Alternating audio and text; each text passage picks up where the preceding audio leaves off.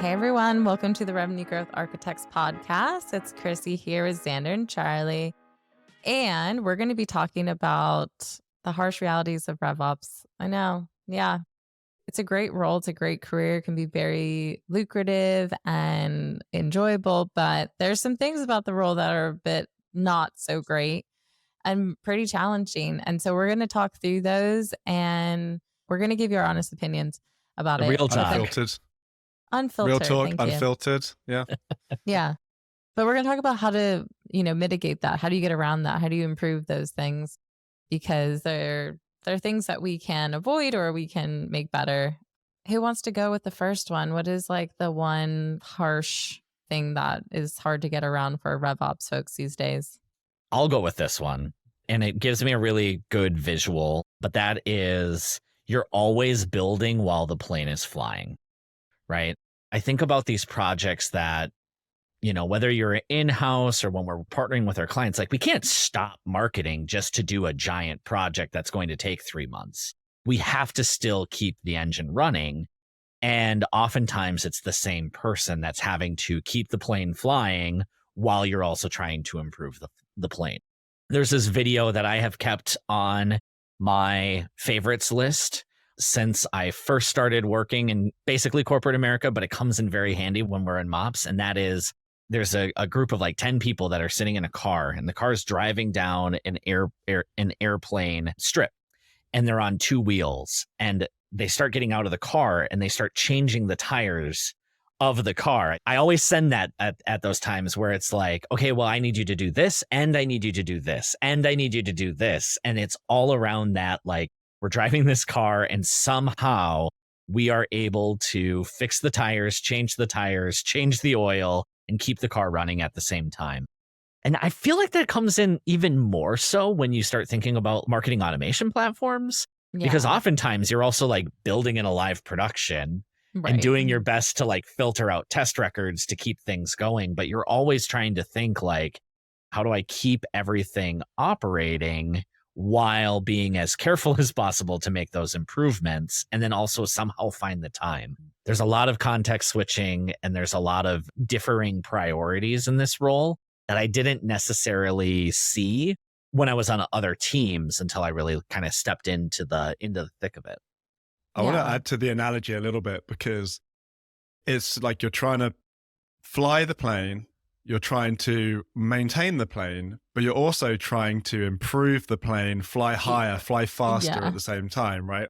Or the car analogy, you're changing the tires, like maybe you're doing like a database kind of purge, but at the same time, you're trying to turn the car into a truck / F1 car, And it's like, okay, how do you balance all of those things, which can be really tough, especially for most teams that have under-resourced marketing and RevOps. Yeah. I think that's part of the reason why we also just feel like we're building while flying. It's never like this team's been massively resourced. So it's everyone's just like catching up or fixing and band-aiding all the tech debt that was done because there was a lack of resources and they needed to have the quickest option first. And so yeah, it's just like kind of always been the case, and it doesn't really feel like it gets better. If anything, I feel like right now, to maybe add on to this, is I think as technology has advanced, I feel like the pressures on operations to also advance at that level, and people's assumptions that like things should, I mean, this will have to go with like another one of our points, but things should evolve and be easy to do. No, like, yes, you can get ChatGPT to tell you a summary of like the best thing to do. That's not really that applicable to being able to maintain a market automation platform or enable a team on, a new process or things like that. And that's the nature of operations. And we have humans. Human beings are the endpoints to everything that we build. People sending emails, people fixing data, people creating a task, people then integrating a tool into another tool that our tool is connected to. It's uncontrollable. Yeah, if you're dealing with just robots and machines that are going to be, you can set them to act a certain way, then it's fine. But we're dealing with living, breathing human beings that are unpredictable Mhm. and can go rogue. And that's the added challenge on everything I too. might add another little bit to the analogy as well, because especially if you join kind of a Series B kind of scale up type company that's been around for a bit, maybe had their Salesforce and Marketo for several years. What's happened, that car has turned into the truck with lots of pieces it doesn't need anymore, right? So you're on two wheels, you're trying to fix some stuff, you're trying to offload out of the truck the stuff you don't need while turning it into a Formula One car and like getting it more efficient and working better. So that's a lot of complicated priorities, right? Like, I want to improve the system. I need to maintain the system. I need to remove pieces from the system. I need to train people on the system. You're doing a lot of things, right? And Yeah. like I said, under resourced teams trying to do all those things, you have to ruthlessly prioritize. And then what often happens, one of the issues is that other people force their priorities on you. Like, we have to get this campaign out. We've got to fix this thing with routing. Why did this lead end up with this salesperson? And then you end up just tinkering with small things and never quite getting to the big thing. Yeah. All right. The second one. What about Charlie? You take this one. Yeah. So this one, we labeled it as communication to leadership, but probably what it actually is that leadership doesn't understand what we do, right? What we just talked about there, you have to kind of live in that to understand how challenging it can be. Unless the leadership has come up through an operations role, yeah, it's not their fault, right? Like, they haven't, experienced it. So they can be told, oh, this is tough, but they're probably hearing that from every team, in their company. You know what I mean? So they don't understand it, which then obviously leads to some of the resource challenges because they're not putting enough budget into your headcount and resources. And that can be quite a frustrating experience for a lot of people in operations roles. And maybe one other thing to say on this, the people who actually thrive the most in operations roles have cracked the code of this, of being able to explain to leadership the complexities, align their work to the business priorities, showcase and market kind of internally what they've been doing to get more resources. So it's kind of like a good and a bad thing, because like, it's bad because you have to do that, but it's good because if you actually do the work to really work on this area yourself, you really set yourself apart. You become one of the really strategic marketing and revenue ops people that every company wants, and you can do some really great stuff because then you have the leadership buy-in. But it's not Hmm. like they just understand what you do, right? Like, maybe they Hmm. just go, oh, my engineering team's building the product. Like, I get it. Like, they're building the product, but like, you're also building a product. You're building the GTM products, like how you're Hmm. going to take these products to market. And you need to explain that to them. Yeah. It's such a huge thing. Like, I can think it can make and break like a whole team. Like, just having that leader who understands how important the role is, but also how much there needs to be done. And that's kind of the nature of it. But I think the importance part, I think, is really key. And also how to best leverage the operations team the right way. Some leaders just don't understand that. They're just like, oh, we'll just put these people work on campaigns and, whatever. And then the moment they actually need something more advanced, like with reporting, analytics, anything like that, they're like, can you just go figure this out for me? And it's just like, that's not really how it works, And so it's always just like a team who's constantly on fire and trying to then figure out what to do, but then they've never been in the position to build the infrastructure to actually do those things. It's always when there's just this immediate need. Can I say one thing before we move on to the last one? Yeah. Because we're hiring right now, it's kind of top of mind for me. I think if you really want to set yourself apart as a marketing or revenue ops person, one just like really easy kind of way to understand if you're excelling in this is like, how often is a C-suite, or maybe if you don't have a CMO or a CRO, like VP or like kind of the head of, how often are they asking you for stuff? How often are they going, can you help me build the board deck? How often are they going, can you help me build out, like, help me figure out, I've got this decision I'm trying to make. Can you help me get the data for it?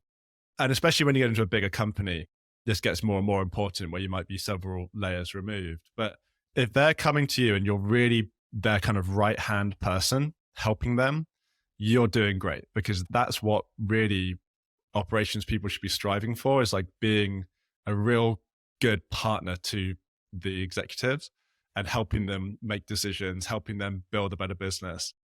So if you're not there yet, don't be discouraged. Like, try and figure out how can you provide value to the executives?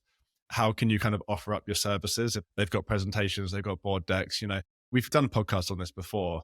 The love language to them is like data and analytics, right? Because a lot of their job is just like trying to make decisions and showing what's working and reporting back to the board and the CEO. So if you can be that person helping them do that, that's a massive unlock for your career. Or for their direct reports, I would say. Yeah, Because depending on the then, size of the company, right? yeah, but I would say for sure that was like groundbreaking for me in my career.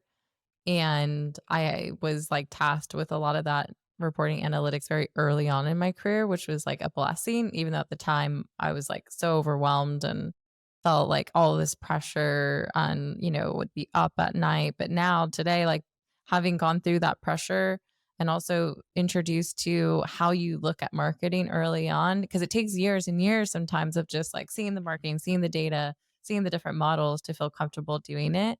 But it's just, yeah, massive I boost mean, it to helps your you understand career. the business, like how it Yeah. works, what they care about. And Yeah. that's really important. In marketing revenue ops, sometimes you can be a bit too focused on how to optimize Marketo or get this email out, and you're forgetting about like the bigger picture.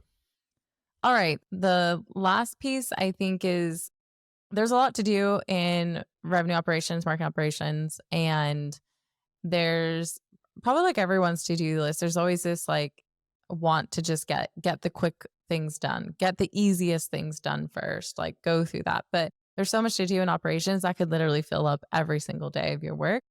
And so I think having the diligence to actually figure out, okay, what are quick wins for the business that are going to really make a big impact? But then also, what are the things that I need to build for the future? So having a mix and having a roadmap, number one, we talk about this all the time. But then two, having a mix of the type of projects that you have on that roadmap. So that could be like, low effort, high impact things like these quick wins, but it could be high impact, high effort projects, like say, like rebuilding your funnel architecture or whatnot, that still should maintain there and you should progress on. And, there's a few things there where there needs to be a business need and pain point for that project. Because you could get some quick wins and it doesn't even like matter. Someone might be like, hey, can you just like go capitalize our first name and last names on everyone in the database? Is that the right thing to do at that moment? But just someone came to you for it. Is that why you should prioritize it? So being able to know, okay, what's actually going to make impact to the business and line up to the business goals is important to your roadmap. And so, but the pain and need needs to be there too for the team. And then knowing that you have enough resources and time to do that. So that might be putting up a lot of boundaries to your time. That might even be like, hey, every Thursday our team is going to have no calls and they're just going to like build. Or for you, every Friday you have no calls and you're going to do the reporting for the team and the CMO, and it's going to be thoughtful and it's going to be repeatable and something that you don't drop the ball on. So I think having those boundaries, but also knowing that like, hey, you need to put the time in to build for the future, and that'll help with like not always putting in band-aids and things like that. But also you have this roadmap of these big rock things that you did for the business that you can point back to your whole company and say like, look at this impact that I did. Look how I built this great infrastructure. But now the thing that you also need to balance too is how long things can take and build and how to communicate that out to the team. Because some people might say, oh, building a new funnel, that's easy. Just go and do that. How long is that going to take? Like a week? Just put some lead And statuses in. Done. yeah, and no. And so I think being able to paint the picture of like how big that project is, what are the things involved without going too deep into the weeds, like not the technical aspects, but just too much, but overall, like how much like you need buy-in from stakeholders, how everyone should be communicated so you don't get like down to the final like end of your project and someone's like, oh, I don't want to create stage zero opportunities for meetings, like that shouldn't happen. You need to plan and you need to get everyone aligned and you have stakeholders and you need to put a big team around these big projects. And that's actually something I would say, like, if you want to get big projects done, you need a big team around it. I think it's very rare that you can work in a silo and get something really big done. That could be partnering with an agency, but then also having your key stakeholders really bought into the pieces that they will benefit from. And that's where I've seen success Yeah, and so I feel like just that communication of like how long things take, but being able to then have a team around it who like really understands your key stakeholders have, those insights too is super important. And be okay like communicating that to say like, hey, this is going to take this amount of time, but we're going to have this for years and years and years if we do this right. If we build a good funnel and reporting model, I don't have to rip it out a year from now because it was crap and everyone realized like, oh, the leading contact method was not great for us. Let's do this other thing. So it saves you money and time just building for the future. Someone actually messaged me on LinkedIn the other day about, I posted about our custom object funnel tracking solution. And he mentioned that he had built it, in a similar way at one of his companies that he's been at for 5 years. And he's like, we've been using this for years and we have this consistent data. We've got rid of all like the overwriting data issues, data retention. And it just made me like so happy because it's like, okay, they made the right decision. They invested in doing it. And now they're going to continually get the return off that forever.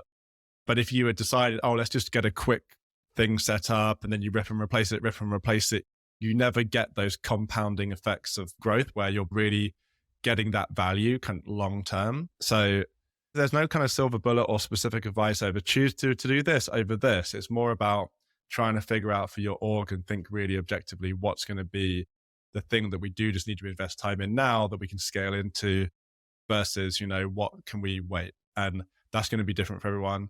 But just taking the time to think through that is obviously really the advice here and is very important. And a lot of people don't. They just kind of rush into kind of the quick wins and don't think about it strategically. Totally. Yeah.